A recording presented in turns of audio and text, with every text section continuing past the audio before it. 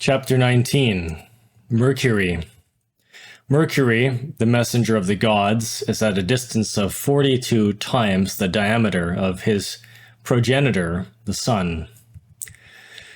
If we make a chart with minor and major conjunctions, we would then anticipate with absolute certainty that the planetary influence would increase or decrease. Thus, we will see that Mercury and Venus repeat their maximum effect every 8 years. The concentrical orbits of the planets are, without a doubt, intimately related with the law of Bode.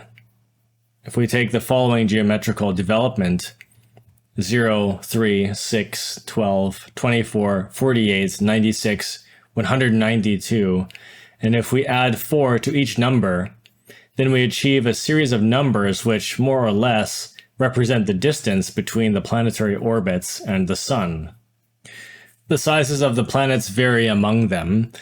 They marvelously grow from the smallest Mercury, which is the planet nearest to the king star, the Sun, or which is nearest to the center of the system, to the largest thundering Jupiter, which is located at half of the distance between the center and the periphery. After Jupiter, the planets decrease in size again until reaching the most distant planet. This is the terrible Pluto, which is a little bigger than Mercury. While more distant, the apparent velocities of the planets are slower. These diminish from about 50 kilometers a second for Mercury until 5 kilometers a second for the mystic and wise Neptune. It is clear that this is a characteristic of the decrease of the Sun's emitted impulses. The Sun's impulses decrease when penetrating more and more profoundly into the distance. The fast movement of the planet Mercury has a decisive influence upon the thyroid gland. The orbit of Mercury is so eccentric, and its period is so ephemeral that any of its cycles seriously studied will actually be excessively erratic. As an astrological planet, Mercury is even more mysterious than Venus itself, and is identical to the Mazdaist Mitra. Mercury is Buddha, the genie or god who is situated between the sun and the moon. He is the perpetual companion of the sun of wisdom. In Greek mythology, Mercury displayed wings in order to express how he assisted the sun on its sidereal course. Mercury was called Nuncio and Wolf of the Sun, Solaris Luminis Particeps. He was the chief and the evoker of the souls, the Kabir and Hierophant. Virgil describes Mercury holding the caduceus, or hammer, of the serpents in order to evoke to a new life those unhappy souls who were precipitated into the orco of classic Greeks, the Christian limbo. Tum virgam capit hac animas ille evocat orco, with the purpose of having them enter into the celestial militia. Mercury, the Orion planet, is the one which the Hierophants prohibited to name in Greek mythology. Mercury is symbolized by the famous hare-hunting dogs, or guardian dogs of the celestial cattle that drink from the very pure fountains of occult wisdom. That is why Mercury is also known as Hermes Anubis, the good inspirator, or Agathodaimon. He flies over the earth like a bird of Argos, thus the earth mistakes him for the sun itself. Respectively, they both represent the Hindu Sarama, or Saramayya, or rather Sarameya. Traditions state that the Emperor Giuliano prayed every night to the occult sun through the intercession of Mercury. For as the very wise Vossius stated, All theologians asseverate that Mercury and the sun are one. This is why Mercury was considered to be the most eloquent and wise of the gods, a fact which is not strange since Mercury is found so close to the wisdom and to the word, or logos, and was mistaken for both. Within the submerged Atlantis, under the domes and roofs of the Temple of Hercules, within the divine crypt of the mysterious Hermes, the planet Mercury gloriously shines upon the sacred altar. Mercury, the astrological Hermes, is the god of wisdom, known in Egypt, Syria, and Phoenicia as Tot, or Tot, Ad, Adam, Kadmon, and Enoch, or Enoch. In the Temple of Hercules, inside that mysterious mansion covered by gray clouds, the neophyte was only allowed to see the planet Mercury as a supreme spirit floating upon the Genesic waters of the first instant. The well-known initiatic lake would never be missing from within that crypt of Mercury, where, for every representation of mystery, the waters appeared sinisterly black, like bitumen. Before the sight of Atlantean neophytes, such a fatal lake appeared to be framed between four typical hills, such as the ones that are usually represented in certain nobiliary paintings.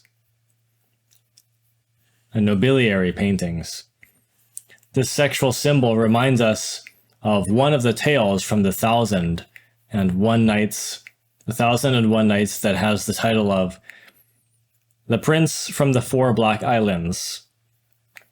The prince of such tale truly existed in Atlantis, in the mysterious Ulysses. He was the son of an initiate king from the Garden of Hesperides, which was the initiatic center of the good law. That prince could not be crowned king because when he was submitted to initiatic ordeals, he could not successfully resist the cruel sexual temptations of Katebet, she of gloomy destinies. Adam and Eve came out of paradise for having eaten the forbidden fruit. However, the apples of gold, or the apples of Freya, and the liquor of Soma, or biblical manna, constitute the fundamental food for the astral. Let us remember that the sexual hierogram of EO corresponds to the host of Elohim, the fathers or Petrus of humanity.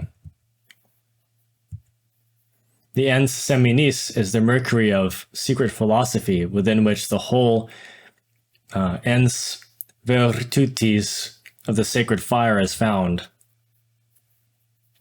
The Nordic swastika contains within herself the secret clue of the sexual transmutation. This is why the rune is the electric mill of physics. The swastika is an alchemical, cosmogonical, and anthropological sign, under 7 different interpretive clues. The swastika is the symbol of transcendental electricity, the alpha and the omega of the universal sexual force, from the spirit down to the matter.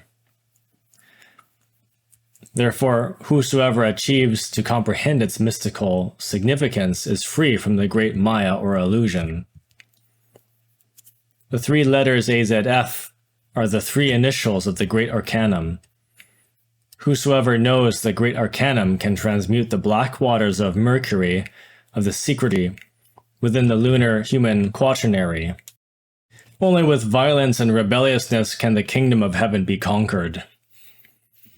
In ancient times, there existed 5 most celebrated temples of mysteries, which remind us of the Temple of Hercules in Atlantis.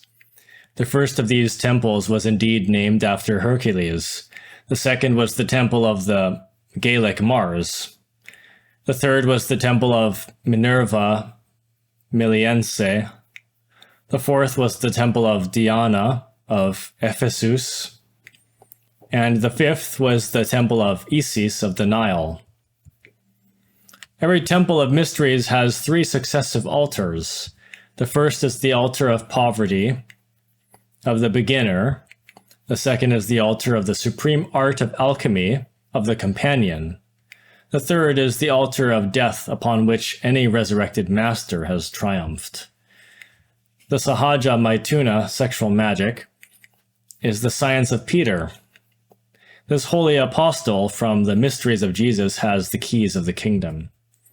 The original name of Peter is Patar, and the 3 consonants P, T, and R are carved with a chisel and hammer upon the living stone that serves as a door to the kingdom. The letter P reminds us of the Pitris, or parents of humanity. The letter T reminds us of the man and the woman sexually united, the shape of the T. The mystic letter R reminds us of the Egyptian Ra, the sacred fire. The sexual stone, the philosophical stone of medieval alchemists, is the magical betilo of all countries, the Sculopian osterite. It is the stone with which Machaon healed Philoctetes, or Philoctetes. Let us remember the howling, oscillating, runic, and uttering stones of the teraphims, as well as the stones of lightning and of the Orphic galactite. Only Mercury of secret philosophy, the messenger of the gods, can by means of the Sahaja Maituna, the sexual magic, summon the innocent souls out of limbo.